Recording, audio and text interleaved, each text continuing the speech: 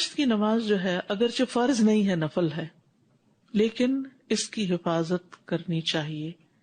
رسول اللہ صلی اللہ علیہ وسلم نے فرمایا چاشت کی نماز کی حفاظت وہی کرتا ہے جو اواب ہو، اور یہی اوابین کی نماز ہے.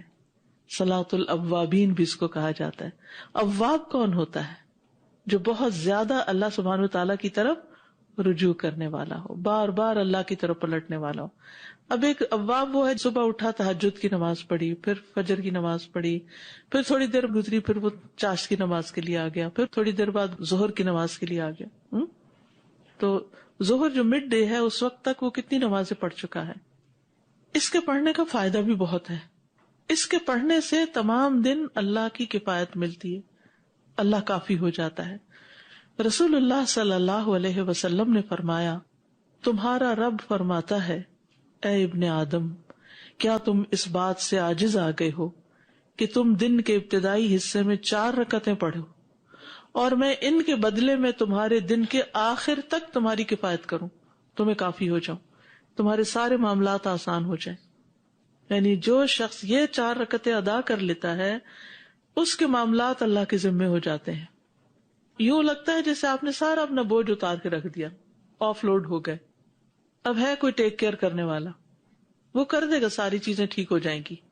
اور یہ جو ایک فیلنگ ہوتی ہے نا، یہ جو ایک کیفیت ہوتی ہے، یہ جو ایک احساس ہوتا ہے، سب کچھ ٹھیک ہو جائے گا، یہ پازیٹیوٹی جو ہے اس وقت تک انسان کے اندر آ نہیں سکتی جب تک انسان اللہ پر بھروسہ نہ کرے. اور یہ بھروسہ خالی کہنے سے نہیں ہوتا، اس بھروسے سے پہلے کچھ کرنا بھی ہوتا ہے. اعقل و توکل، آپ کچھ کرو اور پھر اپنے امور اللہ کے سپرد کر دو. پھر یاد رکھیے یہ ابن آدم کے جوڑوں کا صدقہ ہے. جوڑوں کی بیماریوں اور تکلیفوں میں بہترین علاج ہے. یہ آزما کے دیکھیے اس کو. نبی صلی اللہ علیہ وسلم نے فرمایا صبح ہوتی ہے تو ابن آدم کے جوڑ جوڑ پر صدقہ لازم ہو چکا ہوتا ہے، لازم ہو چکا. چنانچہ وہ جس سے ملے اس کو سلام کہے تو صدقہ ہے، اس کا نیکی کا حکم دینا صدقہ ہے، اس کا برائی سے روکنا صدقہ ہے، اس کا راستے سے اذیت والی چیز دور کرنا صدقہ ہے، اور اپنی اہلیہ سے ہم بستر ہونا صدقہ ہے. اور ان سب سے چاشت کی 2 رکعتیں کفایت کرتی ہیں. یعنی اگر ان میں سے کوئی اور نیکی کا کام نہیں ہو سکتا تو چاشت کی 2 رکعتیں جو ہیں یہ سب صدقوں کو پورا کر دیں گی، جوڑ جوڑ کا صدقہ ادا ہو جائے گا. بعض اوقات ایک انسان صرف اکیلا گھر میں ہے، کوئی ہے ہی نہیں اس کے پاس، وہ کس کو سلام کرے، کس کو نیکی کا حکم دے، کس کو برائی سے روکے، کون سی راستے سے اذیت والی چیز دور کرے. تو اب کیا کرے؟ کسی کو بھی اللہ نے محروم نہیں کیا. 2 رکعتیں چاشت کی نماز، تو اپنے بدن کا روز صدقہ. ہمارے ہاں عموماً کیا رواج ہے؟ صدقے کا بکرا. جان کا صدقہ کیا ہے؟ بکرا. تو یہاں جان کا صدقہ کیا ہے؟ جان ہے، ذرا جان لگاؤ، 2 رکعت پڑھ لو. دیکھیے نبی صلی اللہ علیہ وسلم کی سنت کیا ہے، مجھے ذرا بتائیے کہ کوئی بیمار پڑا تو آپ نے بکرا صدقہ کیا؟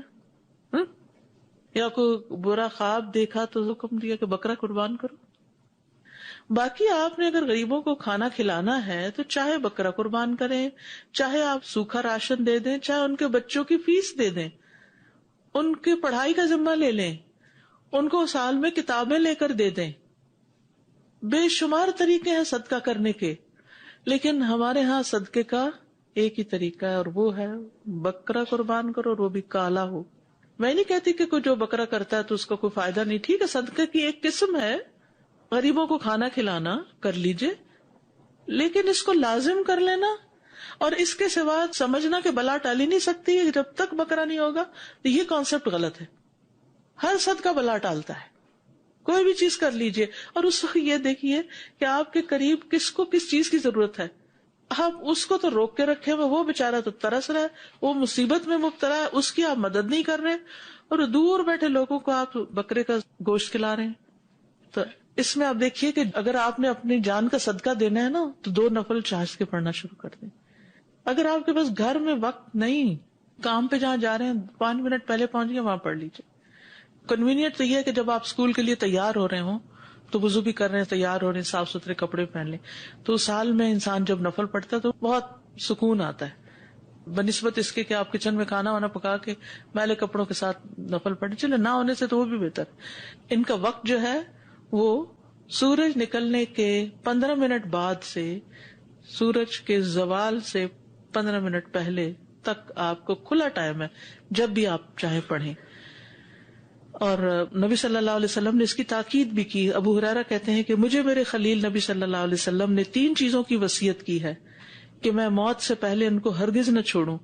ہر مہینے میں 3 روزے، چاشت کی نماز اور سونے سے پہلے وتر کی ادائیگی.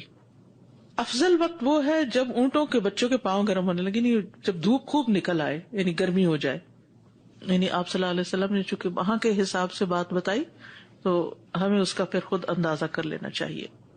قاسم شیبانی کہتے ہیں کہ زید بن ارقم رضی اللہ عنہ نے کچھ لوگوں کو چاشت کے وقت نماز پڑھتے دیکھا تو کہا، یہ لوگ اچھی طرح جانتے ہیں کہ یہ نماز اس وقت کی بجائے ایک اور وقت میں پڑھنا افضل ہے، کیونکہ رسول اللہ صلی اللہ علیہ وسلم نے فرمایا اوابین کا معنی ہے اطاعت گزار، توبہ کرنے والے اور اللہ کی طرف رجوع کرنے والے لوگوں کی نماز اس وقت ہوتی ہے جب اونٹ کے دودھ چھڑائے جانے والے بچوں کے پاؤں گرمی سے جلنے لگتے ہیں، یعنی اتنی دھوپ نکل چکی ہوتی ہے.